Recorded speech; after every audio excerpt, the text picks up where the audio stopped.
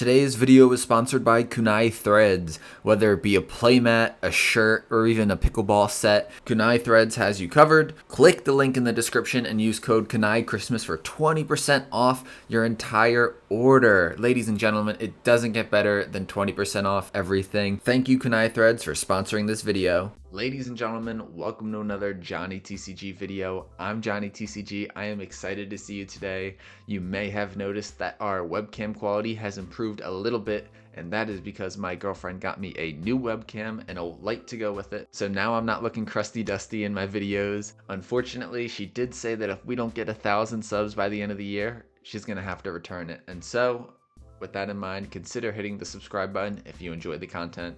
Today we're going to be taking a look at one of the more interesting leaders of the OP09 set, and that would be Green Purple Lim. Lim is actually not from the manga, she's not from the anime, she is from a video game out of all things. I've never played the video game, I don't think a ton of people have, so you're not alone if you have no clue who Lim is. Lim is kind of like Blackbeard in the sense that she has a ability that really changes the entire way you play the game. And that ability is that all your characters come into play as rested. And yes, that does hurt as much as it sounds. That really feels terrible. Now, a lot of the Odyssey cards do have effects that will synergize with this. And if you have 2 or more rested characters, or if you have 3 rested characters, you get to perform a certain action. But at the end of the day, you're playing out 9-cost Zoro and it's rested, so your opponent can just swing big into it right away. That feels bad, man. That really feels bad. Her Saving Grace, kind of, is her second ability, which is that once per turn activate main, you can rest 3 Dawn, set 1 Dawn from your Dawn deck as rested, and then play out a cost 5 or less Odyssey character from your hand onto the field as rested. This allows you to cheat out a 5-cost character on your 3 Dawn turn, which is really strong, do not get me wrong. Unfortunately, as of OP09, Lim just isn't there yet. In OP10, she does get some more support, and it seems like some people in Japan have been cooking with her, and so I'm excited to stay tuned for that. But in the meantime, I'm stuck trying to do something with an OP09 build, and frankly, it did not go amazing. I got the meat of this list from a One Piece Top Decks deck where someone had some success with it, and I tweaked a couple things. Overall though, I can't say this has been my best build. I can't say you're going to find much success with this. It is really fun to mess around, but it just really struggles to compete with some of the tier 1 meta decks. Today we're going to do a deck profile, we're going to do a custom holographic Dawn giveaway. If you're new to the channel, we do a custom giveaway every single video, so stay tuned for that. And then after the giveaway, we have some games on the sim. Maybe I'm just cooked, maybe I'm just a scrub, but I really could not find a lot of success with this leader. I did my best, and this is what we got. Moving into the deck profile, we've got 4 EB01 Sanjis. He's 4 cost, 5,000 power. He's a 2k counter, which is what we like the most out of him. And then also, he does have an ability, Dawn ×1 on your turn. For every 3 rested Dawn on your field, give him an extra 1,000 power. So late game, he can actually get really strong, but he's not Odyssey type, so you're not going to be able to cheat him out with your leader. He's mainly just going to be used as searchable 2k, or you can play him with Odyssey Sanji's on KO ability, which we'll get to in a minute. I was running 2 Eustace kids, and frankly, this didn't feel great. Mine, along with others' theory is that you ramp really quickly, drop this big body that your opponent has to swing into, which they struggle with because they don't have any other big bodies on the field yet. But unfortunately in my testing, it did not go as smoothly as planned. I think that I would probably change this and do the 9-cost Shanks from the new starter decks where he KOs 1 rested character. I really like that card. The 9-cost Audio is also another option. I don't love him, but he might fit better in this deck than Kid in this deck, so that's one thing to consider. One of the MVPs for this deck is definitely got to be this 9-cost, 9,000 power Secret Rare Zoro from OP06. Now this Zoro is what this deck is all about. You're trying to ramp so you can play down this Zoro. It's all about this Zoro. For those that don't know, he has 2 abilities. His first ability is when attacking, rest the Dawn and then set him as active. So now you get 2 swings with him in a turn. That's really strong as it is. but then he also has activate main once per turn, rest 2 Don, and set him active again. So really you get 3 swings with him, and if you stack a bunch of Don on him, you can just swing big 3 times. He's a menace if he can stay alive, but sometimes things are easier said than done. Next we've got 4 Odyssey Sabos. I really like this card. It's just a matter of if you're able to pull off his ability. His ability is that when attacking, if you have 3 or more rested characters, draw a card. Who doesn't love card advantage? I know I do. Unfortunately, sometimes it can be hard to maintain all these characters because your opponent will be trying to clear them. So you don't always get to pull it off, but when you do, it feels great. Next we have 4 5 cost 6,000 power Sanjis. This card's good, not amazing I don't think.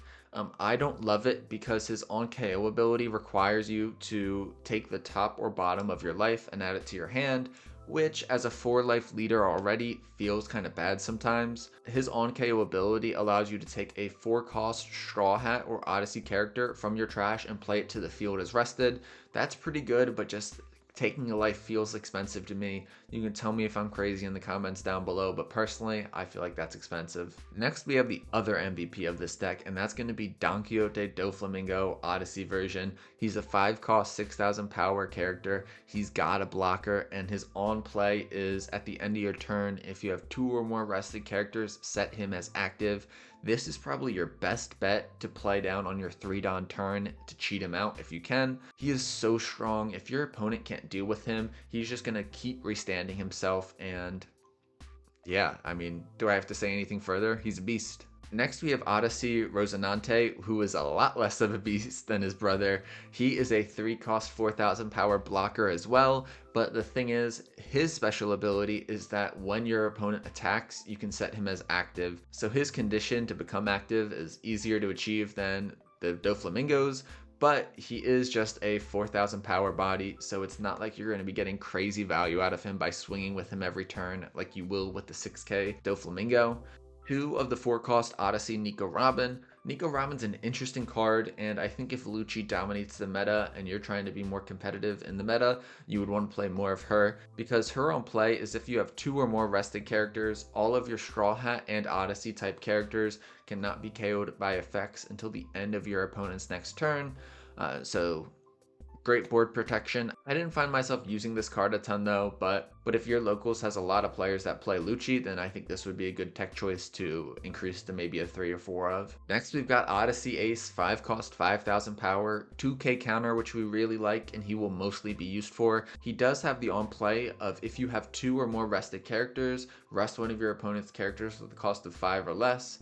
This seems great to go for lethal and be a little bit sneaky, but if your opponent is familiar with your deck, they probably will see this coming and play around it. Next we've got 5 cost 6,000 power Odyssey Luffy. He's only got 1k of counter, but he's got 1,000 more power than the Ace, and he does something very similar. If you have 2 or more rested characters, you get to either rest one of your opponent's 6 cost characters or rest up to one of their Don. Now that Don can lead to some interesting things, because if they have a Don up for Radical Beam, if they have Don up for Gum Gum Giant, throw this down and make things a lot more awkward for him.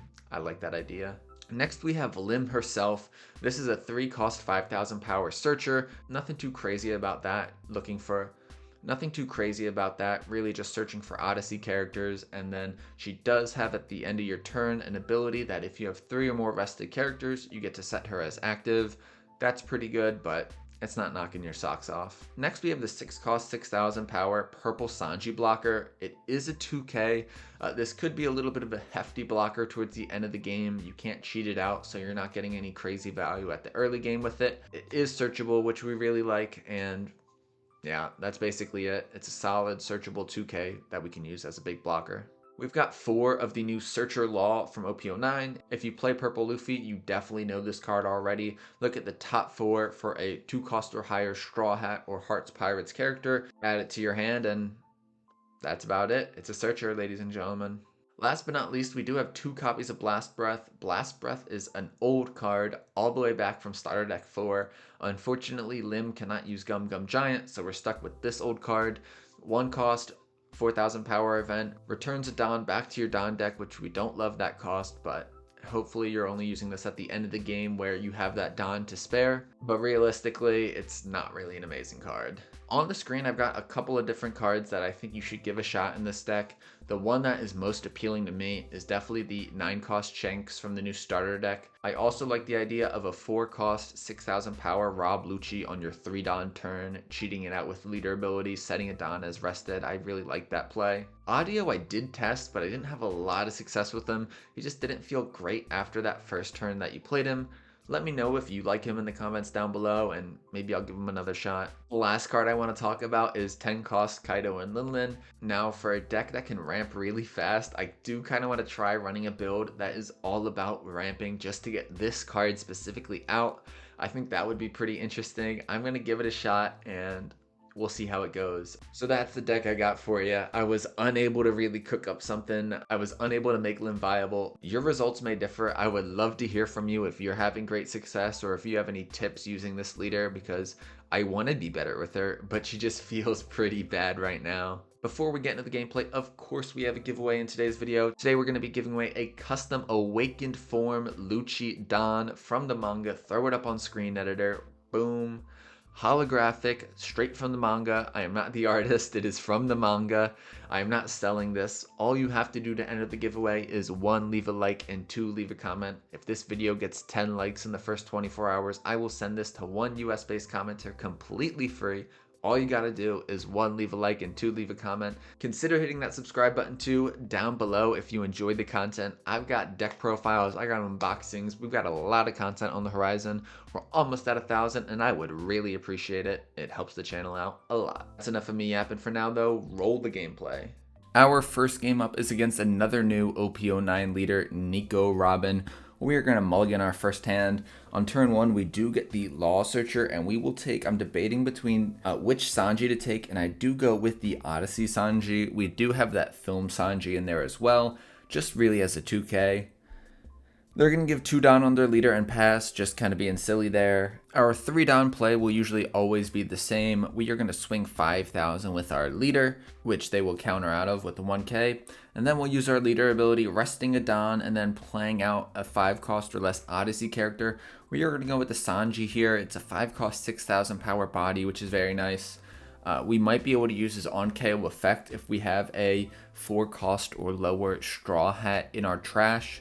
But that also depends on whether or not our life is healthy, because his on-KO does require you to trash the top of your life, I believe it is. So that's not ideal. 6,000 at us with their leader. We'd have to give him a 2K. It is a little interesting that they're going for my life. I think the strategy against Lim is just to try to clear their board and not let them develop characters. I decided to let the hit go through. And it did end up being a 2K counter, Portgas Diaz. We don't love seeing that go into the trash, but it is what it is. With the remainder of their Don, they're going to use the Dareshi search and get a OP08 Nami. That is the Egghead Nami, and then the Nico Robin from OP09 that lets you trash the top of your opponent's life. They're going to counter out of my 6,000 swing with You're the One Who Should Disappear. Then I'm just going to swing with the 1-cost Searcher Law just so that I can take advantage of the 3-cost Limbs ability. I'm going to swing first with my leader, then I'll play out the 3-cost Limb, and then off leader ability I'll probably play out the Monkey D. Luffy, unless I find something else I'd rather play, like that Don Quixote do Flamingo. I might want to play that. That card is really good, probably one of the best Odyssey characters out right now. Now, because we have 3 rested characters, we can set Lim as active, and because we have 2 rested characters, we can set Dofi as active, which is really nice. The Egghead Nami unfortunately KOs that Dofi, gone too soon but not forgotten, and they're going to swing 6,000 Banish at me with their leader. Because it's Banish, I will counter out of that. I do want to keep a little bit of a healthier life total. Then they're going to swing 5,000 at me with Miss All Sunday, and I am going to take that one. Now we are in an interesting position. We have both a 8-cost Eustace Captain Kidd and a 9-cost Zoro in our hand. Both would be very good to develop right now. We're going to swing into their Miss All Sunday. They let it go, which is nice. 6,000 at their leader with Sanji, and they counter out of that with the 2K. The reason we swing with Sanji before our leader is that if they got a trigger that could kill the Sanji, we would have wasted the Sanji this turn. No trigger there for them. Now I have to debate between the Zoro and the Eustace Captain Kidd. I think the Zoro is the better play here, just because I don't have a ton of counter in hand. If they just load up Don and swing at that Eustace Captain Kidd, it may have to go. They're going to play Egghead Bonnie from OP08 and then give 3 Don to their leader and swing big at my life. I do not want to give them all the cards in my hand, so I just have to let this go. Because they gave a Don to Bonnie, they are able to use her ability where they're going to be able to draw 2, trash 1. They trash the 7-cost Sanji. Now they're going to swing 6,000 with Nami, and I think I should counter out of this one. Now I am going to consider going for game here. I can put on some pressure with my smaller characters like Lim and Sanji. Then if I really want to, I could go 3 big swings with Zoro. That would probably get me there, but I'm still hesitant. I do almost consider swinging into the Nami, but I just go, why don't I swing into her life instead? Now I'm going to do 6,000 with Sanji. They were able to counter out of that 5,000 swing with Lim. They'll give me 2 1Ks. Now, I definitely overthink this a little bit. I can just go into life and I'll probably be fine. But you never know with yellow triggers. Sometimes you have to kind of second guess yourself. And so here I am going to swing into the Nami. This is also maybe a little bit of a bait. If they want to protect it, that's fine because I just clear it with my Zoro. I do have 2 blockers in my hand and a Eustace Captain Kidd 8-drop. So I think that even if I don't go crazy here and go for game, I can still survive. They are going to get the Jureshi trigger, which allows them to draw a card. I definitely overthink this a little bit, and so that's why I'm kind of hesitant to swing big twice. I'm wondering, is it possible they have a trigger? A beige trigger would definitely make things awkward. I don't want to put all my Don on Zoro just yet. I'm going to swing 9,000. They do get the trigger for Nico Robin to play Nico Alvia, but it does not matter. We are able to swing big with Zoro yet again. 9-cost Zoro, MVP. We're going to swing big, and they don't have it. GG's. I do try to rematch, but we do not rematch. And so now we move into our next game against Red Blue Marco. Shout out Vampire Gaming. He went crazy with Red Blue Marco in 8.5. We are going to be on the even curve, which I don't think is ideal for us, but at least we do have 2 Law Searchers, so we can start out our first turn playing 2 small bodies and getting 2 searches off. I do like that idea. We'll see how this game goes. In our last game, I feel like our opponent did not go for our board, and that's what let us win. If they had put more pressure on the board, I did have some counter in my hand that I could have used, but it definitely would have made it a closer game, I think. Let me know in the comments down below what you think about how you should play against Lim. At the moment, I'm kind of the mind that you should just clear her board and she'll run out of resources. Off our first Law Search, the only option we have to take is our Sanji, so we'll take that. Now off a second Law Search, I am debating what to take. I do take the 2K purple Sanji blocker, but I could have taken that 9-cost Zoro. I do wonder if I should have taken that. They're going to start off with a Rush Zoro, which I will take, and then I will counter out of the 5,000 leader swing. I really want to get this Zoro off the board. Hopefully I'll be able to get him off the board with my leader swing, 6,000 because I gave Lim a Don. Let's see if they give me the 2K. They do only have 5 cards in their hand, so maybe they won't want to use a 2K so early in the game. They will let it go, which is great news for us. Before we use our leader ability, we are going to swing with our Searcher Law, just so that it's a rested character, and when we play out Dofi, he will be able to restand himself. This Dofi is so good. It was amazing in the OP09 pre-release event. They're going to play down the 5-cost Portgas D Ace from starter deck 15 and then swing 5,000 at my life. I can just free block this, and so I shall. Now they will be able to swing with their ace if they so desire, and they do. I will give them the 2K, try to keep my life a little bit healthy, just because I know later on in the game they could apply some serious pressure, especially if they can drop a 9-cost Sanji into a Dragon or Whitebeard or Rayleigh. They are going to counter out of the swing into their ace with a 1K Duval. Now I'm thinking we play out Lim and then find something and then use leader ability. Off of Lim, we will take the Monkey D. Luffy. I think that's our best bet instead of the Sanji. Now we are going to swing 6,000 into the ace. Hopefully they let it go this time. We'll see though. Alas, they do have another Duval 1K counter. Now I'm going to swing with my Law Searchers just to make them rested so that I can take full advantage of some of my Odyssey cards abilities. Dofi needs 2 cards to be rested in order to restand itself at the end of the turn. Lim needs 3. Sabo's does not have that, but it is a really good when attacking effect where if you have 3 rested characters, you get to draw a card. They're going to go full rush on me this turn. First, a Rush Zoro swinging 5,000 into my life. They did not use their leader ability first, which I think they should have done to minus the power of my Dofi blocker. I wonder if they're new to the leader or just new to the game. Unfortunately, Lim is just such a bad leader that the only games that I could find success in were in situations like this. Against a real meta leader, this deck gets absolutely destroyed.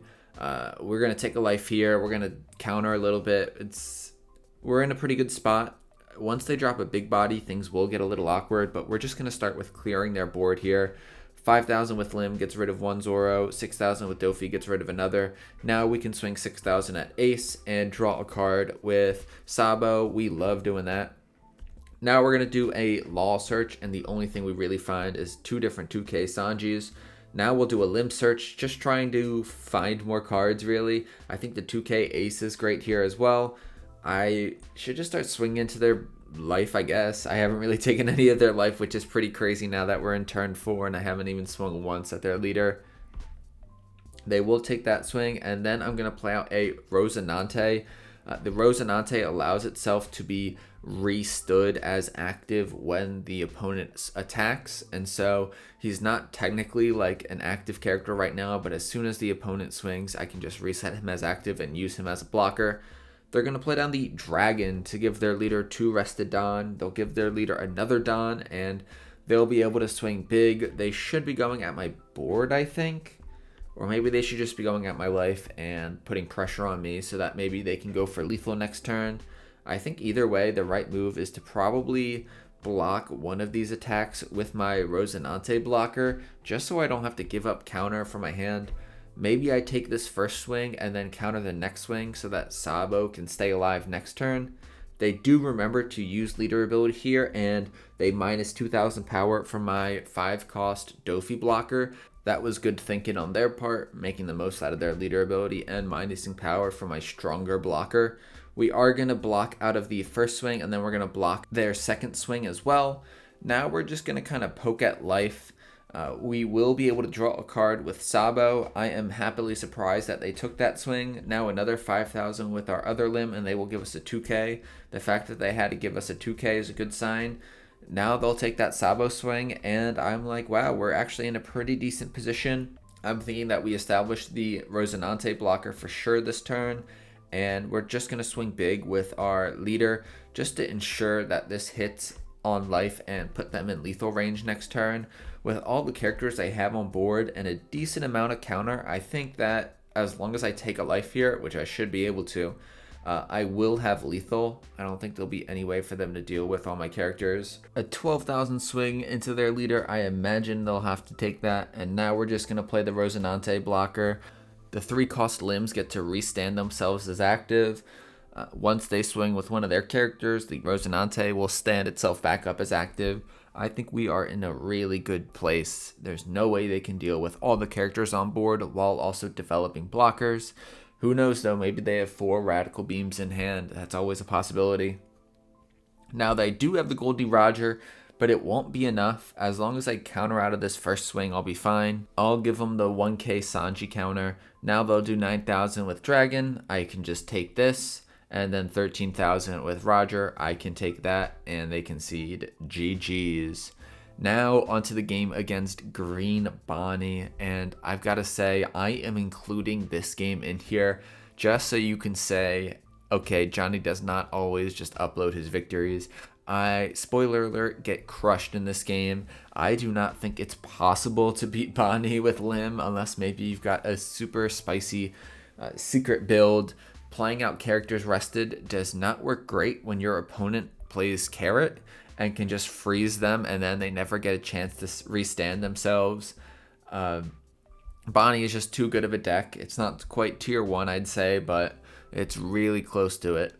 They're going to swing into my Sabo. I'm going to counter out of that just because that Sabo is really strong. Unfortunately, I'm not going to be able to set that Sabo up with other characters, so I won't be able to draw a card with Sabo this turn. I think the play here is just to give Sabo a bunch of Dawn and swing at their life.